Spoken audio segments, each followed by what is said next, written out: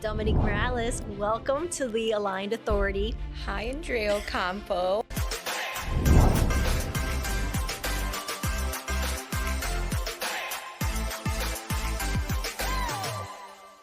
He just said, I don't want to be with you.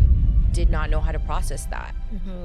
Because who am I without you? And that was like a whole out of body, out of planet experience, identity shift to the core. Default setting for success is having a dysregulated nervous system, being unhealthy, and if you burnt the candles on both ends, you're good. And I think success now, for me personally, is peace. What does modern leadership look like to you? Leading with kindness. We talk about alignment, and it is that instinct, it is that alignment to your truest self, and it is in the risk that you find that path and that journey. The Aligned Authority podcast is brought to you by Performance 20, Wellness from the Inside Out. Dominique, you are the founder of Marketing Click and Performance 20 Wellness brand. This journey has been incredible, and we've known each other for quite some time. So it's awesome to be able to interview a friend because obviously my lens is very layered. You recently became a mother. I did. My best title yet, definitely. And talk to us about Sophia and how that changed you.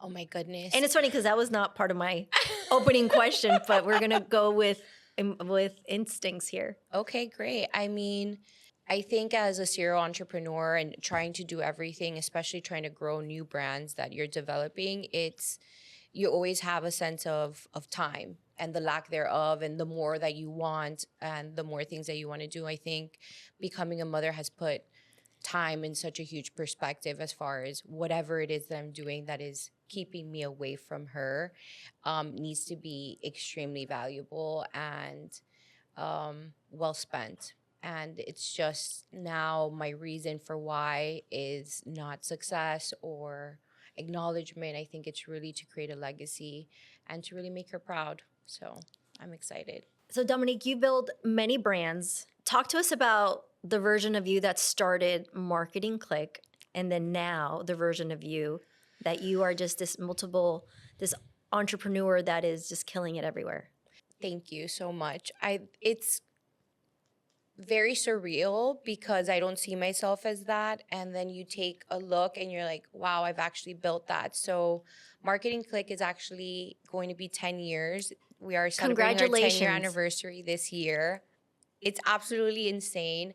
It's a marketing agency that's woman-owned, woman-run. So all of my team my full-time team are women. And that was really the initial purpose of the brand was. So that was on purpose? Yes. That was the core when I first started it because I had graduated with my MBA from FIU and I had this aspiration to really be, this marketing PR guru, very like trying to be Andrea Ocampo goals was like my vision. You know what I mean? Like if I look at your professional life, I was like, that's kind of what I had aspired to do.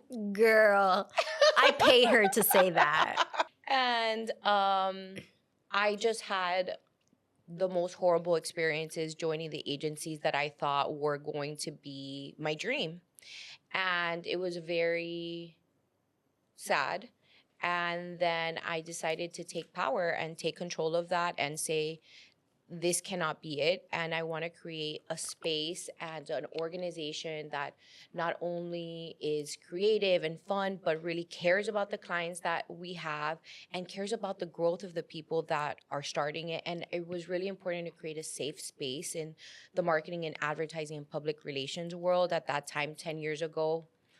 Is very different from now. I'll just say that, But the good thing is about this space is it's very safe. Excuse me. We can totally talk about the toxicity. Let's talk about it. Yeah, obviously we come from a very similar world. My background in media and television, boys club and whatnot. And then obviously agency world was the same thing, like Mad Men. I mean, it was definitely, if you're going to go cry in your car, but I felt like it was made a point to make you cry, to treat people in the organizations badly, especially the people that were coming in really fresh from college or without experience. So it was Is there any situation that you can recollect to share?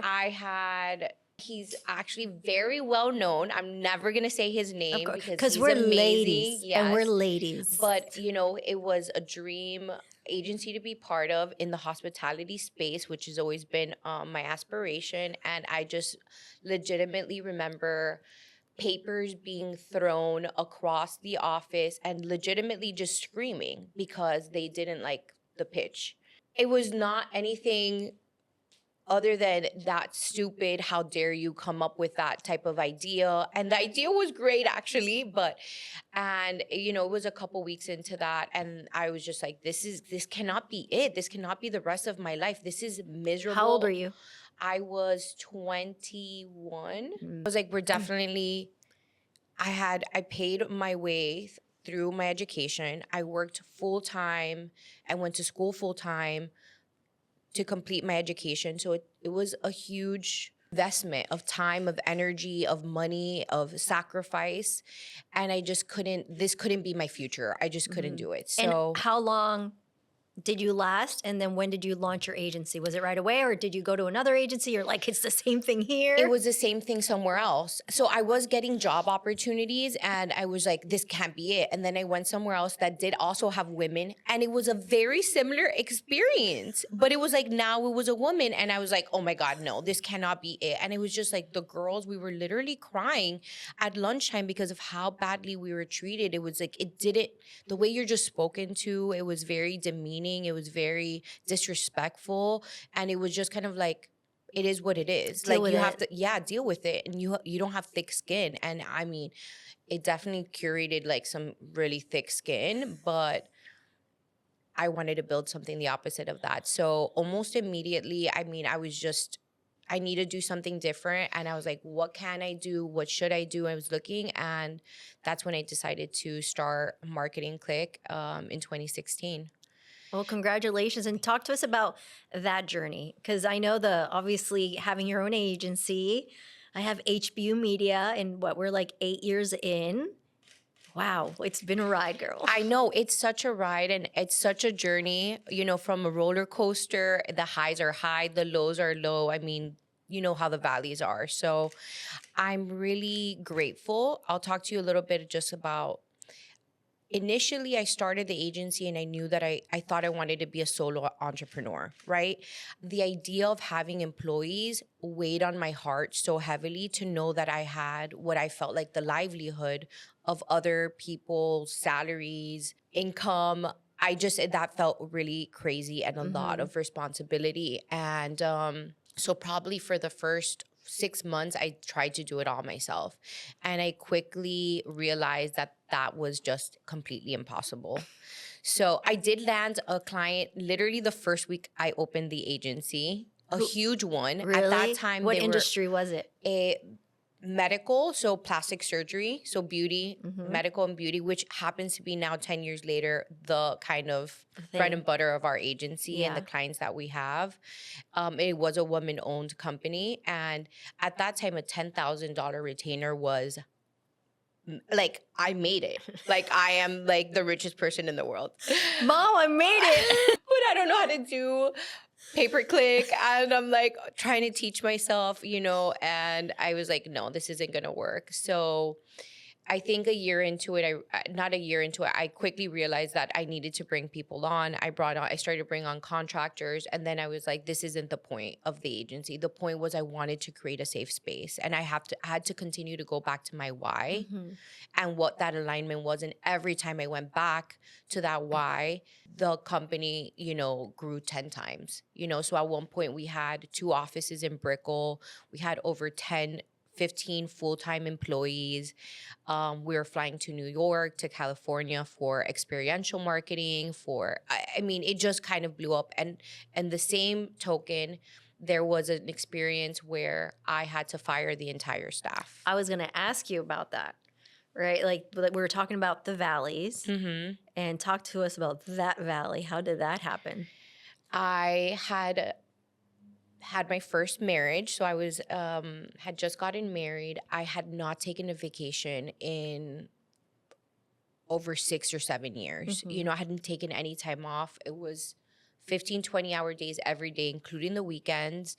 I was the cleaning lady of the office. I did all the things. I was the account manager. I mean, you kind of have to figure it all out and do it all yourself. So we decided we're going to take a trip. I didn't even take a honeymoon after our wedding. Really? No. And I was like, I'm we sure that need- didn't land well. well, we're not together anymore. So, Yeah. but he sucks. That's another story. But anyway, we're like, we have to take this trip. Like, we have to take some time.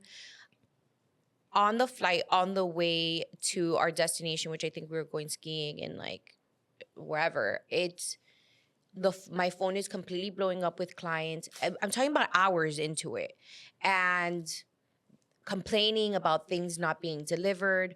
I spent almost the entire 4-day vacation in the hotel room, except for the last day that my ex-husband was like, we need to go outside. Like, there's nothing you can do from here.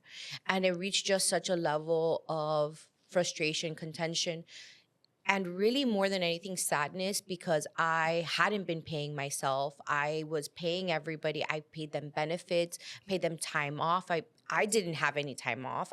My salary was very minimal just to cover the bills. And my lens was really focused on becoming this really great leader for them. So when it was my turn to just be like, I need a little bit for you guys to take the lead so that I can take this break, it was completely heartbreaking to know that I couldn't count on them. And because of that, and because they couldn't basically do their jobs without me micromanaging them, I decided this isn't going to work. I'm sure that really weighed heavily on your heart. Or were you just like ready? You just had to do it? No, it weighed heavily. It was really devastating because at the end of the day, you have these personal relationships with, these are your first employees. They mean a lot to you. You know, everything and anything that they needed for them to grow, education, mentorship. I paid out of my pocket, out of my savings, in addition to, you know what I mean? It wasn't coming from the growth of the company. So to know that I couldn't even take a day off, it really was proof that I was like, okay, this isn't going to work. And cannot also the same kind of experience. Like, this can't be forever. So we need to start all over again. And I basically got back from my vacation, went back into office, called a group meeting, and was like, effective immediately, we are completely restructuring the company. And letting all of them go meant that I was letting go 90% of the clients that we also had. And that was a decision that I had to make, to be like, this is the clients and the employees and the staff. This is not working. This is not the vision. Yeah. Well, I think it also, number one, is a testament to your instincts as a leader. And leadership is like a muscle, right? But you had the leadership muscle, I'm sure, since you were a baby. I want to say so, hopefully. And when you rip the Band-Aid off, obviously making a very difficult decision, but obviously as a leader, we need to make difficult decisions. What did you look like on the other side? I mean, it was terrifying. Now I have these 2 offices completely empty. I ended up having to sublease one of the spaces to try and see if I can get that space paid for. Did you have a business mentor at the time? Never. I've never had a business mentor. mentor. It's so crazy. Me neither. And I think it's always been a challenge for me, because I did want a business mentor. Same. But I ended up being a mentor for other women, and that's what I'm here for, to help make women leaders. But it's very interesting because, like, on the rise up, you had the same experience that I did. It was challenging to find a mentor. It wasn't like now, you know what I mean, where I feel like people identify themselves as a mentor. I think you found them on your route, but when you're going on this route independently and figuring it out the entire way, I don't think that there was anybody that I could look around and be like, you are it, or that anybody ever really lent themselves to be like, how can I support you? How can I Especially in a world surrounded by men. Absolutely. Right? And not wanting that to be misconstrued, like, be my mentor, and then all of a sudden it's like, oh, it's a mentor, not something else, right? Yeah, definitely. I was always very scared, and I think I will use the word scared, right? I think back then I wouldn't be like, oh, I'm so scared. No. I think I was scared for it to be looked at anything other than a mentorship, or like have it be a space where somebody could think they could get a little bit fresh. I mean, we can talk about this forever because that is such a huge deal in why Marketing Click ended up being woman owned and woman ran. And because there was just this Ickiness. about all of it. Mm-hmm. You know, I do remember, now that we're talking about mentorship, that I had BoxyCharm, which ended up selling to Ipsy for like, I don't know, I think it was like $30 million. It was something crazy. And the owner of that was actually incredible. And I remember inviting him over to the office to meet the girls. And he was kind and he was incredible. But again, I took a picture and immediately I remember getting, you know, direct messages from the actual employees that we were saying, you know, something else. Like, why did he go to your office? He doesn't do that to anybody else, because I was a previous contractor with them. Yeah. And it was, and in everything that we did, it was sewn in as like, but is it? And I think especially when you have a very outgoing, eccentric personality where it's bubbly, it's outgoing, it's friendly, it's warm, that was always misconstrued. And I think all of my businesses and all of the things that have brought me pain and have been misconstrued about me is what I have built the foundation of all of my businesses. And who you see in front of you is I took all those things that everybody was trying to make seem like they were bad qualities, and I own them and I love them, and now they make me who I am. I love that you're talking about that, because that's all about identity, right? And you've built such a beautiful career and you've built beautiful brands.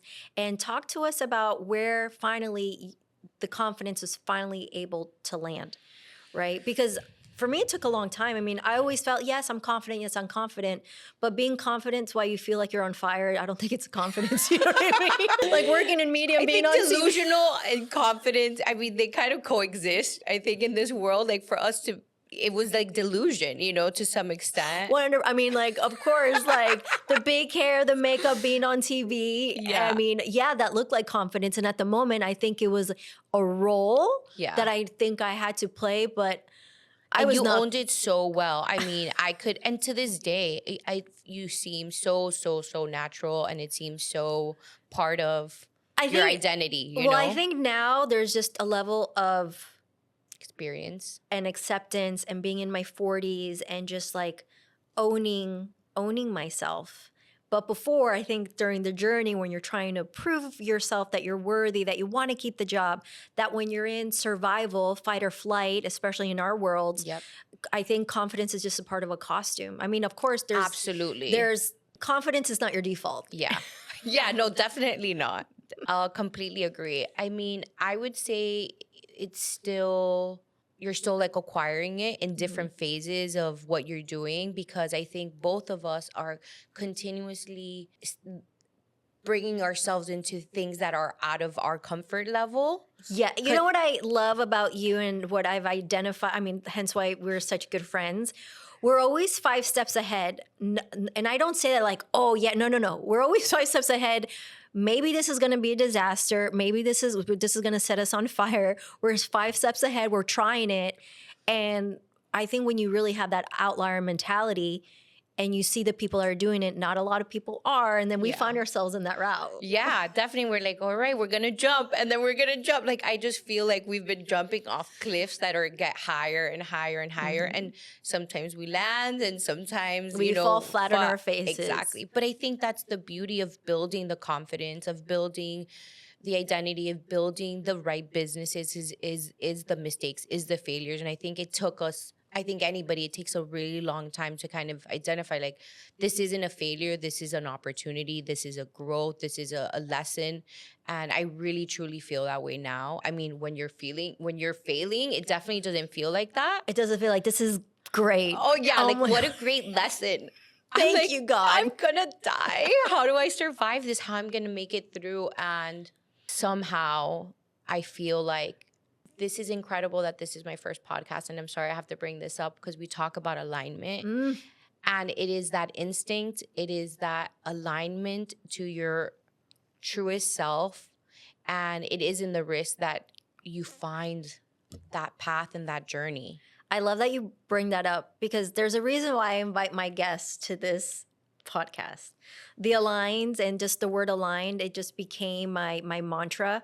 Just because it's aligned doesn't mean it's easy. Yep. But our first guest of the podcast, Lana Rose, she used this word resonance, and I asked her, "What is resonance?" And resonance, I loved her description of it, is when you feel it in your heart, your mind, and your soul, when your entire body says yes. Wow. Right? So resonance and align. It just, for me, the alignment, right? Having you here, the growth, it's been beautiful. And I think now, not that you were not complete before, your embodiment of this leader. And what's even crazier, the fact that you are a mother. It looks so good on you, girl.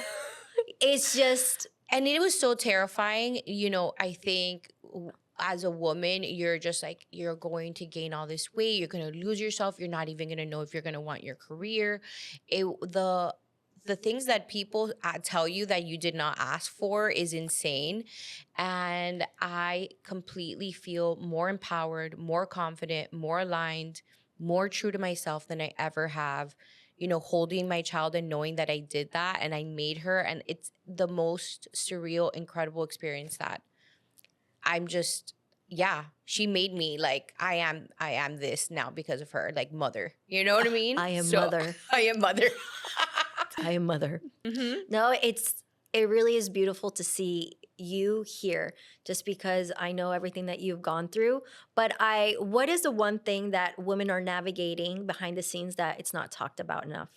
I think what I can speak to the most and was a big part of my journey has been being the breadwinner in your relationship, or being the person that has really big dreams and has a lot of passion, and the sacrifice that it takes to be the entrepreneurial and be the woman in a relationship. I think that's always been like, oh, that's the man, and like, you want safety and he's gonna figure it out. And I think the biggest misconception is that you have to play it safe because you're a woman, or because you're a mother, or because you're a wife. And I think, if anything, you deserve to not play it safe because of those very reasons, because you give so much to everybody else around you.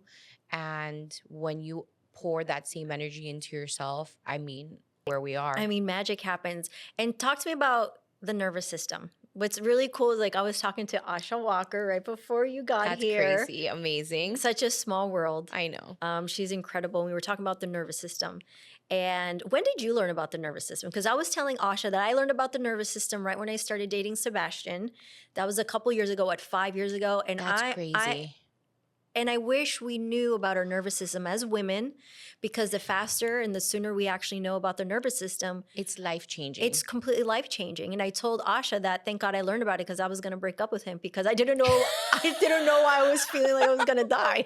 That is actually what's so crazy, is that I was significantly overweight, even though I was not eating, even though I was not sleeping. I have not changed almost any of my habits. I mean, my eating significantly better habits, and I look like this, and nothing has changed other than regulating my nervous system. Regulating your nervous system. Well, it's the person that, number one, you married, right? The amazing support, how you actually know about your nervous. I mean, it's a whole body and soul. I could not. I think getting pregnant happened the way that it needed to happen, because I've always run myself to the max, level 100 on all these things that I'm doing. Mm-hmm. And my identity was very focused on that. Yeah. Running myself ragged, not taking care of myself. And that means success. That meant success, right? Like, if you're not exhausted, if you barely slept, that means you did it. Like, you had the best day because you did all the things to the 100th max, and you're completely... You worked enough. You worked enough. So being in your, obviously, whether it's feminine and being able to be in a healthy state, how are you taking care of yourself now? Well, the pregnancy forced me... I knew that if I wanted to have a healthy pregnancy, that I needed to regulate my nervous system. That was number one. I could not continue to not sleep, to not eat, to work the amount of hours that I was working. And now it completely changed my perspective of my body and what I was doing to it, which because I think that we don't realize it. It's a default setting. Yeah, isn't that great? It's like bad. It's really No, this is like really bad. bad. Like a default setting for success is having a dysregulated nervous system, being unhealthy, and if you burnt the candles on both ends, you're good. Yeah, congratulations, you're doing it. Like, so I mean, it changed everything. It changed. So, And we're here to stop that. We're here to have the conversations let's talk about it. well, women in leadership. And that's why, like I said, creating the Align was so important to actually have these conversations and really discuss what success looks like when success didn't look like the way we thought it did. When you got there, you were like, what the hell? Exactly. This is not it, you know? Like, and I think success now for me personally is peace. That's my version of success. Really? Mm-hmm. And because with the peace comes the joy. It comes with being present enough to experience what's currently happening in front of you, gives you a sense of vision that I don't feel like I ever have been able to see in the last 10 years of building all the things that I was building. And this is a perfect segue, and it's just you're so authentic about it. The birth of Performance 20, right? It's just such a different energy than where you were before. Yeah. Talk to us about your wellness brand that is the reason you're here on the East Coast. Yay. Going to be doing amazing media blitz. I know. And coincidentally, and hence why we're so aligned, we're going to be a part of the New You Awards. I'm actually going to be on stage. So this is a major deal. It is also going to be the first time I'm presenting the brand in like a booth setting. So I'm gonna talk have, to like, us an about what exhibit. the New You Awards is. So the New You Awards, which is the most interesting aspect of this, is that they actually don't currently have a wellness space within the New You Awards.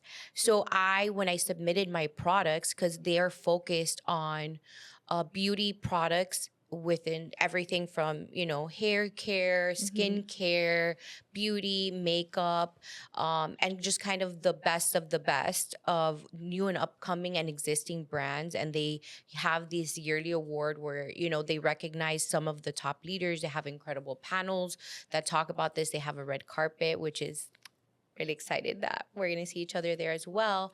And I saw this and I was like, Performance 20 is not a cosmetic product, is not a beauty product, but I do feel like it is, because I feel like the difference of what beauty is now is really wellness. And wellness and beauty, I don't think is external anymore. Inside It's out, internal. baby. Yeah. Like we were talking about, inside out.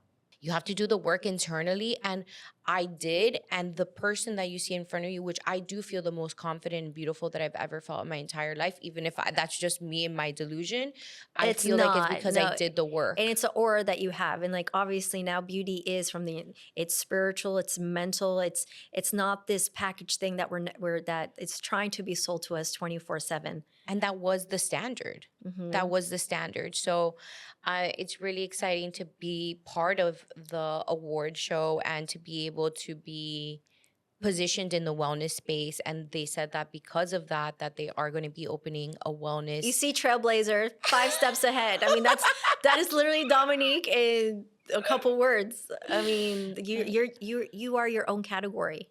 Thank you.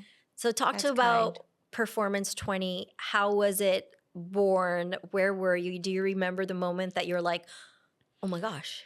So I'm going to tell you, actually, I don't think a lot of people know this, but Performance 20 is actually under a brand called Affirmation Series, which was started post-divorce. And I'll talk a little bit about the humongous impact and life-shattering experience that was. This episode is brought to you by HBU Media, creative and marketing agency, helping brands scale to their grandest desires. If you want more information, go to hbumediastudio.com. And that's something that we share in common. I too went through a divorce, and that was like a whole out of body, out of planet experience, identity shift to the core. Yep.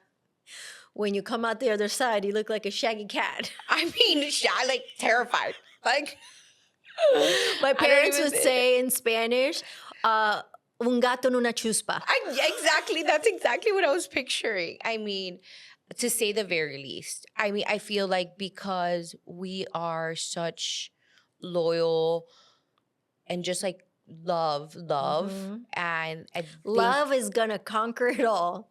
love is going to save us. Love is going to bring us all the happiness and joy and peace. And, you know, I had been in my previous relationship for all of my 20s. I was 12 years with him. It was 100% woven into my identity. He was significantly older than me. And I really counted on him to be my safe space, my stability, you know, what I thought was going to be my forever. Mm-hmm. And in the process of launching Marketing Click with him, he is very opposite. You know, he's very like, be grateful for what you have, very conservative, very, and I just was the complete and polar opposite. And at that time, I thought that that's what made us really work, but it wasn't. And launching the agency, working the amount of times that I was working, we were just really towards the end living separate lives. But that did not mean in any way that I thought that this is not going to be my person. Of course. We're just going through a phase. Yeah. Mm-hmm. And we have hard times and it is what it is. And he just said, I don't want to be with you. And I did not know how to process that because who am I without you? Mm-hmm. I have no, like, it's like, It was even though I was doing all my thing and my career wise, and I knew that he wasn't the person for me. I remember having my first panel where we had over 100 influencers. This was such a huge deal for me. And I asked him to film me.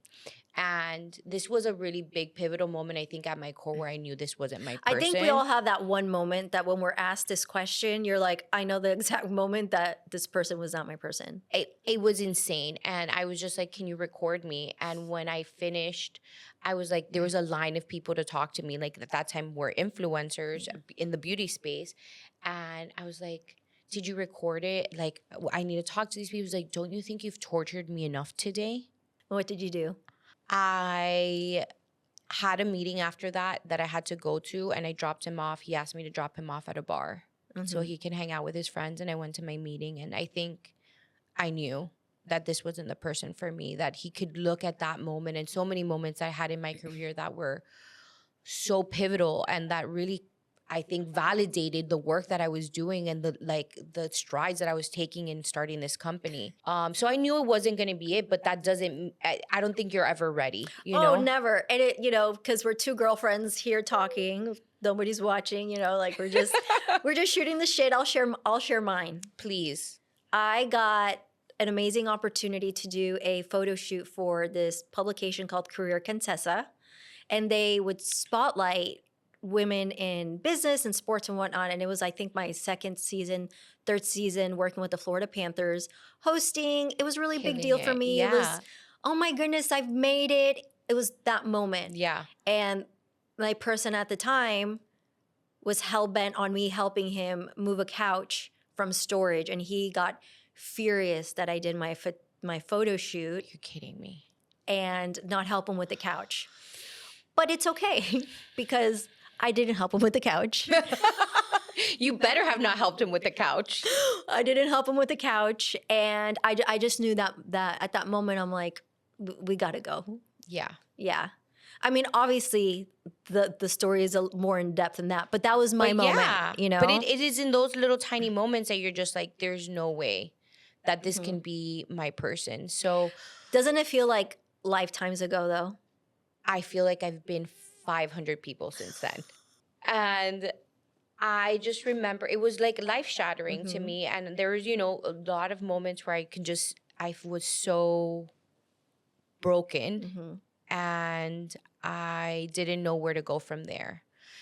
So when I did... What was your default? Throwing yourself more into work?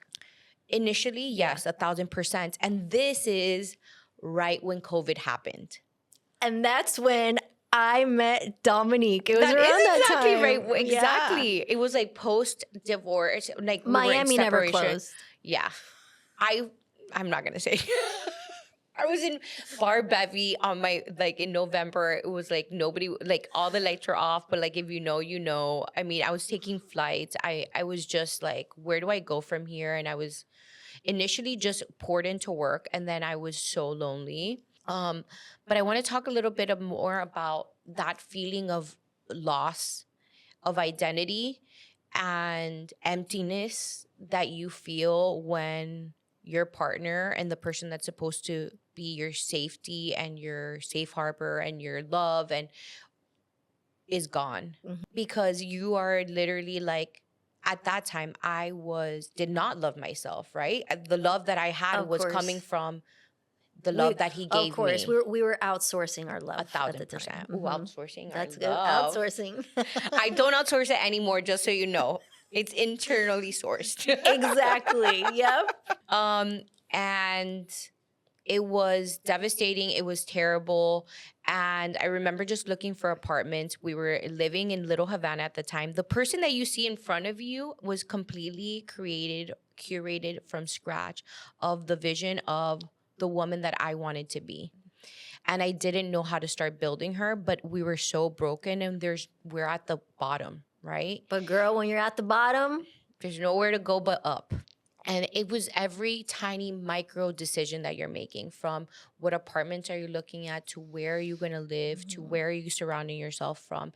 And I think your go-to is to go to where you feel the safest, which is maybe where your parents live, or where you used to live with that partner, or wherever it is. And I just micro decisions into, okay, I want to live in Brickell. How am I going to afford to live in Brickell by especially myself? Brickell with capital B.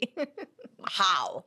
And I was like, okay, you're going to figure it out. And it was just like kind of micro decisions like that. And then I was just reading all of the books, the Mel Robbins and the Tony Robbins, and just All the things. Malcolm Gladwell. Like, I was just really trying to find, like, how do I rebuild myself?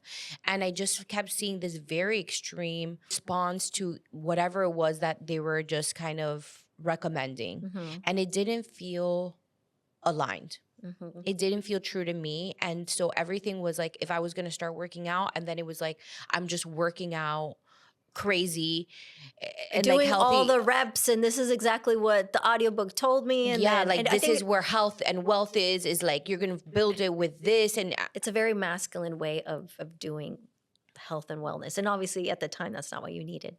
so I'm like writing and doing this, and I just couldn't figure it out. And then I was like, all right, we're going to look inward. And I just started with, I need to rebuild my self-love, and I need to stop outsourcing this. Because then I started dating, and that was chaotic. I was not well. I did the dating thing in Miami too. Yeah, not healthy.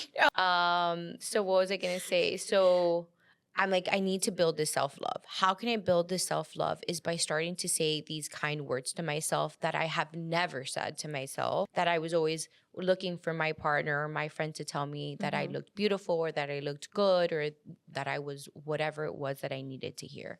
So I started with doing daily affirmations, and then I started to really hone in on how my day, what affirmations I was giving based off of what I had on my agenda.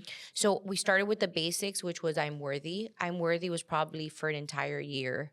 Oh, I still do. I'm worthy, girl. I'm worthy is the one, I feel Yeah. like, is the biggest one, because we have been taught that there needs to be production for the reward. Of and course. a certain level of production. And especially us high achievers, when we achieve the thing, you're like, did I deserve it? Obviously, that internal dialogue that we every single day try to unravel. And then you're like, next level, and never take the time to be like, you did that, you're worthy, should be so proud of yourself. Like, never taking the acknowledgement of all the little things that you did. It doesn't even have to be the big things. So the affirmations was really starting to help me significantly in building kind of this self-worth that was lacking. And I feel like that is also the foundation of anything, of alignment and intention, is really having that self-worth. Because if you're outsourcing that, then you are not true. You cannot purely hear your vision of where is the right steps for you. So I started with the affirmations, and I was like, well, if I have meetings, then I want to make sure that my meetings are, my affirmations going to be tied into I'm confident, I am, you know what I mean, a closer. So it Mm-hmm. started to tie in with that. If I was a date, it was like, I am beautiful, I am wanted. So I started kind of like mixing what my daily agenda looked like with my affirmations. But then I was like, I'm missing a piece of gratitude. Mm. So then I started incorporating the gratitude. So then now I had affirmations, my day, and then gratitude. And then I was like, there's so much to do, and there's so much, like all of these kind of steps, but what is it that I want to intentionally achieve today, right? Because I think we both love to fill up that Oh, calendar yes, with to all the the to-do max. lists. Yes. I love my list. I love to have a full day, but where is the intention? So I think also finding where the intention was. So this was a slow build of a couple months of kind of building what I considered this daily morning routine and ritual that have really helped to center myself. And what I realized is that I had built a methodology around not only, your one part of me, but really your mind, body, and soul. I love it. And incorporating just one little piece to yourself every day, to your mind, body, and soul. And I feel like that was such a huge deal to think that you can do those one thing for yourself in those kind of buckets. And I just really brought it down. And part of Performance 20 is kind of like these cheat sheets of activities that you can do. And something that you can do for your soul is calling a friend. Yes, that's very true. And every day is going to require something different. Maybe for your body, it's rest. Mm-hmm. Maybe it's not a workout. Maybe it's water. So I just like really, is it meditating? And so I feel like I took away what the constraints of like, if you're working on your body, that means that you have to work out. Mm-hmm. Or if you're working on your soul, that means you have to meditate or Or journal pray. or pray. And, if you have to do it, it was like taking away this, what I felt like was a box. Mm-hmm. But if you did something for yourself in those little things, and all I'm saying is, instead of taking the elevator, I took the stairs. And you're starting your day kind of building this plan of what you're going to be doing centered at yourself and your self-belief. And it completely changed my life. And then I built basically Performance 20 with that strategy and with that structure of a daily planner. And did you ever envision that it was going to take a life of its own? Because what you're building, obviously it's a beautiful product, but you're building community, which is another layer, which that's where my heart lies. Hence why we launched the Align community. Yes. And it's so cool because our journeys have always been side by side, very similar. And a lot of synergy, Yeah. where I would just remember having a lot of conversations with you, and you're like, this is bigger than the tools, because it was such an expensive kind of capital investment for the products and the development and design of it, that I was like, how is this going to work? How am I going to make this happen? You're like, this is a community. People need to understand this journey of healing, of self-worth. And I mean, thank you for that. Oh, I always remember that one meeting that we had where you were like, stop thinking about the products, because the products were supposed to arrive in December. Oh, I remember they that. arrived Yeah. in March. And I was like, stop the brakes. This has another layer to it that we need to like zoom out. And you're doing it. And talk to me, what's the one thing about building something that people don't want to hear? Anything that's not pretty, they don't want to hear. Mm-hmm. I think for the most part, I think anytime that you start talking about money, and like what it takes to make it happen, and I think you tie in the realities of what it really costs you to launch something with your own capital, with your own But we idea. are breaking that stigma. We're founders, we're entrepreneurs, we're building big dreams, big communities, and money is at the center of it. So we need to talk about money and what we're doing wrong and what's working, and having those uncomfortable education conversations about money and investments and how to launch and is a huge opportunity for this new generation, and for specifically for women. So I'm excited to talk about it. And as a founder specifically, what would you tell to somebody who is at the beginning steps of their idea, their prototype, or even before? What advice did you need to hear when you actually were able to find your way? I think that it's important that you're passionate about it. If it doesn't keep you up in the middle of the night, and if it doesn't light you on fire because of the idea and the vision that you have, I don't think you should do it. I think it's an extremely difficult and challenging journey to launch and to really found anything and create anything. And I think the only thing that's going to take you the distance is that passion, because you're going to continuously get lost in the process of building this, and there's going to be a lot of noise, and there's going to be a lot of doubt, and the only thing that's going to be able to carry you over that threshold is your vision and your passion. And what is the one thing, is there a mantra specifically in this season of your life that you keep on going back to? I'm still with I'm worthy. Girl, I'm still with Unworthy too. And it's interesting because obviously we're in such a peaceful era of our life, Yeah. and we're very much embodied, but there's still so much for us to do.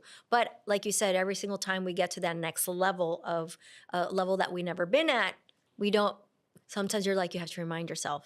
I mean, the fact that we're here having this conversation On a podcast. On a podcast that anybody even cares to hear about this story is mind-blowing to me. But anything that I can share, and that's the foundation of this business of Performance 20, was really about, if I can change one person's life with them, helping them find their self-love and their self-worth and their journey and their alignment and their intention of their life, it'll all be worth it for me. But it's crazy because it's you are you, and you're like, who am I? I don't know if that makes sense. Yes, no, 100%. Because people talk a lot about imposter syndrome, and it's not that I've had imposter syndrome. I just think if it's something you've never done, you have that question, who the hell am I to do this? But you better do it. That's exactly what I say. Yeah. You better do it, because especially women, I mean, that's why I'm here to build women leaders, to talk about the stories, because the shiny stuff obviously looks shiny, but we really have to talk about the grit and the support and the community layer that's really needed to get here more than ever. Absolutely. And, you and I have always been lone wolves, Mm-hmm. but I feel like in this side of the fence, now I crave community more than ever. 100% agree. I would have never have seen myself, this version of myself, because I only child, I like my space. Yeah. I before, women groups used to like annoy me. Yeah, super. Because I think we were very much in the alpha, hear me roar. Yeah, very superficial. And it was Yeah. very like, look what I did. And like, it just wasn't genuine, I feel like. I think we were just trying to fit a costume, right? Absolutely. And we were on fire, and when I say on fire, not in the good on fire, I'm talking about we felt on fire, right? Our nervous system. Yeah. But I think we're so embodied, and my soul just craves community to build it. That's how I knew that Performance 20 was something. When I did my launch event. Yeah, and the launch of it was incredible. You moderated it, I hosted moderated it. Oh Yeah. my God. But when I saw that happen, I'm like, oh my gosh. You saw it, people were crying. People were crying. And I was like, okay. And like, this is before, connecting. That would make me feel uncomfortable. Yeah? Back in the day. For sure. Because we were taught that we couldn't be emotional. Exactly. Go cry in the car was the mantra. And if you're going to cry, and if you're going to cry, what is it? Like the movie, the baseball movie, there's no crying in baseball. There's no crying in baseball. I was thinking about Laguna Beach when this lady told her. She's really, I think about that all the time. Like, if you're going to cry, just don't. Mm-hmm. And don't do it in front of me. I mean, I told that to Justin. And I'm like, go cry privately. I could see you doing that. One thing I would definitely want to touch on, how important is it to have a partner that supports us throughout this entire journey of being embodied, of being fully who we are, stepping into the unpredictability of who we are, and expanding and having bigger wings, which sometimes it can be a little unsettling for a lot of people. I think it's everything. I think having the right partner can change the whole entire trajectory of your life, personally and professionally, and it is the most important decision I think that you could ever make. Mm-hmm. That being said, I think that you attract the right person for you when you did the work on yourself. Amen. That I could definitely relate to that. Like I said, your stories are very similar. What I love about your dynamic in general is that you have big wings, but he wants to give you bigger wings. Yeah. And I truly feel if that's not how your relationship looks like, it ain't it. And it's And- okay. Everybody has different relationship Yeah. dynamics. And obviously, you know, I'm sure, of course, I'm going to get some trolls underneath. We all have different ways of doing a relationship, but that is my lens on it. I completely agree. And he's a big deal. I mean, he's an orthopedic surgeon. First of all, I mean, the upgrades are real. No, but I'm just kidding. And he has never made me feel anything other than completely inspired and aspired by me. He's just like, every day I see what I can't believe what you do. And I'm like, every day I see what you do and I can't believe what you do. And I think that you guys are we- each other's biggest fan. biggest fans, and at the same time I'm like, who's gonna make the first million, you know? And I'm like, I'm gonna do it, and he's like, I'm gonna do it. And I think there's a little bit of, we have big dreams and we're gonna do whatever it is that we need to do to make that possible, and that is really started with the support and love that we have for each other. What does modern leadership look like to you? That's the signature question here on this podcast. Say it again. What does modern leadership look like to you? Okay. Modern leadership to me is leading with kindness, I love that. because there is a sense of mentorship, growth, and opportunity when you don't lead with what I think we were raised at, which was fear, right? Leading with fear was at the core of what we considered were good leaders. So how can we go to one of those leaders that we thought were like, oh my God, they're doing it right, when you were fearful of them? So I think the opposite of that is what I've cultivated, and what I think is makes an incredible leader is leading with kindness and compassion, and being completely open and authentic to the good, the bad, and it leads other people to create their own wings. And you know, you can help like the creation of that without it being. And I can see when you ask this question, so many people that I have helped kind of grow their wings, and through my leadership style. And I think it always comes back to really that kind of authentic, true, raw, and at the end, kindness. Well, I love that, because that's definitely one of our pillars. Kindness is everything. Because, I mean, like I said, and like we said, we've been a part of cultures at work that the baseline is fear. Yeah. And when you're working from fear, nothing good can come out of that. It's how can you be creative? And it's knowing that you can make mistakes, and that the mistakes are going to be part of the process and part of the journey. And I think that's beauty in being able to say, today was a really hard day, and having a community, or, you know, a team or friendships that you can lean into when it's not all, you know, sunshine and rainbows. So I definitely wanted to talk about the social media layer and what's going on now, because you are an expert, obviously, in what's going on in media and marketing. Talk to me. I know, like that. That's a whole different podcast. But how are you implementing AI? It doesn't have to be technical, but it's just like, is it a part of your layer at work and what your guys are learning? I mean, absolutely. I think that as a marketing agency, we need to continuously embrace new technologies and what's happening in all of these different spaces. I think it's been incredible to see the capacity of what it can do. We currently use it for anything from a copyright perspective, which I think is kind of the most basic and standard. Creating voices and personas from, you know, the AI tools have been really, really interesting.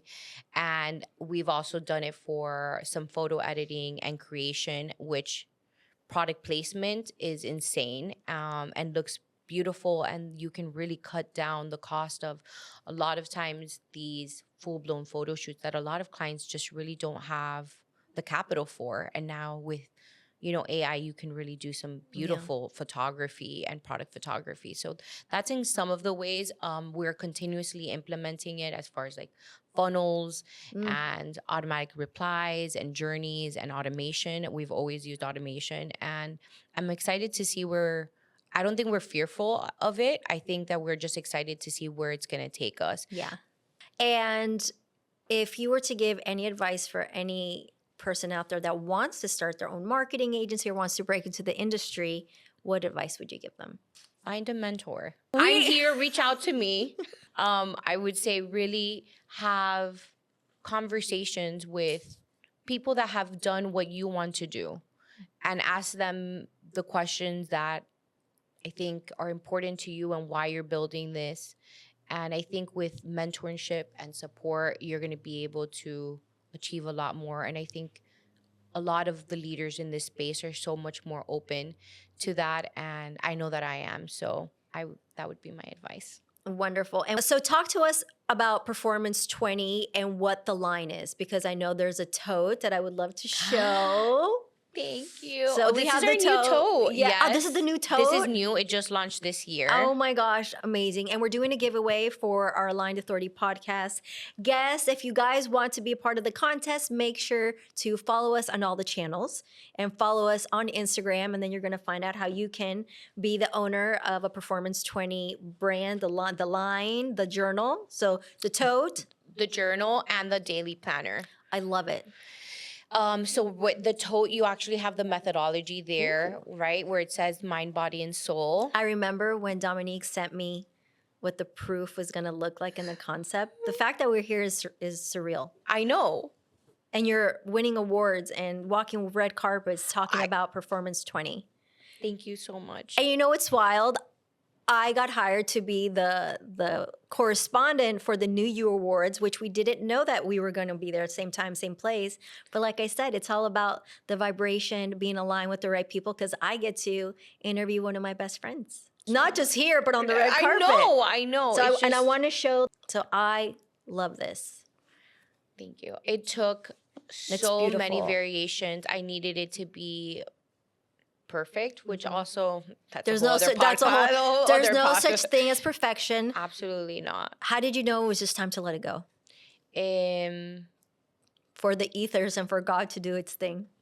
I think I didn't, because this is actually the second design that I've done. And I think that I'm always aspiring to do it better. I love to hear the feedback of how our current Performance 20 resonates with your audience, with them, with the audience and the community, and I'd love to get their feedback. So one of their feedback was for the first version that it was too light, because a lot of them were carrying it with them all day in their purse. Because the way I use my planner is I have it on my nightstand, and they were like, it's too light, so it's getting dirty. So I made it a little bit darker, sturdier. So that's so it could embrace all the elements when we take it everywhere. I love to take my journals in with me everywhere I go. It's kind of like a safety blanket. Yeah, exactly. You can just write all your stuff in there, and it's aspiring, and it does give you, the planner itself is called an intentional planner. The tools are created as a reflection of your growth. Oh my goodness. And your intention. So if you see the bag at the bottom, it has that line as well. Because I love the tote, by the way. Thank you. It's organic. No, this is wonderful. I mean, like I said, you and I can speak about this forever, because I know there's so much that goes into when you're building a product, actually prototyping it. There's a lot of resources that goes into actually the manufacturing, sourcing, and then, but I love the community aspect, because I really feel that layer just gives it the soul and the movement that it needs. Has completely fueled it, and has been what has given me the fuel to continue to pursue this, because right, the longevity of a brand and what we were talking about before. Like, what is the longevity? What is the soul? What is the movement? Yeah. And talk to me before we go about the actual events, because they're different themed, right? And that's what I loved. Oh my God, there's so many different ones. And what we try to curate is something that is going to touch on those three elements of your mind, body, and soul in completely different ways. Things that are out of the box that you, again, are not the standard Pilates class. I mean, the yogas and the Pilates classes are a really great standard kind of experience and events that we have, but having some really in-depth conversations that are going to fuel your soul. We tie them to beautiful spaces and venues so that you can feel that aspiration. So I'm just excited to be able to kind of to reveal some of the ones that we're doing. There's one that's coming up that's called Actually, we're not gonna Okay. launch it yet. Not- We'll launch okay. it in the next one. Yeah. Okay, you'll whisper it to me when we wrap here. Yeah. And if Like all about abundance and aligned abundance, and it's about putting yourself around beautiful things and beautiful people and being well dressed. So it doesn't have to be, when we think about wellness, I want to get away from the stigma of that it has to be you're in a yoga set or that you're doing a or Pilates. biohacking or doing a cold plunge or doing that thing that just doesn't really resonate with you. Exactly. So the events are all curated in these different kind of experiences that are going to help you kind of uncover that alignment and that intention that works for you. And if our audience wanted to find you, follow you, Performance 20, you specifically, where can they find all the things? Thank you. So you can follow me personally at literally Domi, literally into it, because Miami Girl at heart for sure. And Performance 20 is at performance.20. And if you do want to buy the products, it is myp20.com, and you can use your code P20BFF for 40% off for the Aligned Authority community, because you guys are amazing and I want to put this in the hands of as many women as possible. Oh, they're going to be so happy when I tell them. You have no idea. And can you share the new tagline with us? Yes. So the new tagline is wellness from within. Wellness from within. Yeah. Dominique, thank you so much for sharing your time. Thank you for being here. Look, thank you for being here. And we're going to go to lunch right after this. Yes. Thank you so much for tuning into the Aligned Authority podcast. Make sure to follow us on YouTube, on Spotify, and on Apple. And make sure to sign up for our newsletter to be able to get filled in all the amazing things that we're doing in our community, the latest updates on our guests. And if you're already a part of the Aligned community, you already know.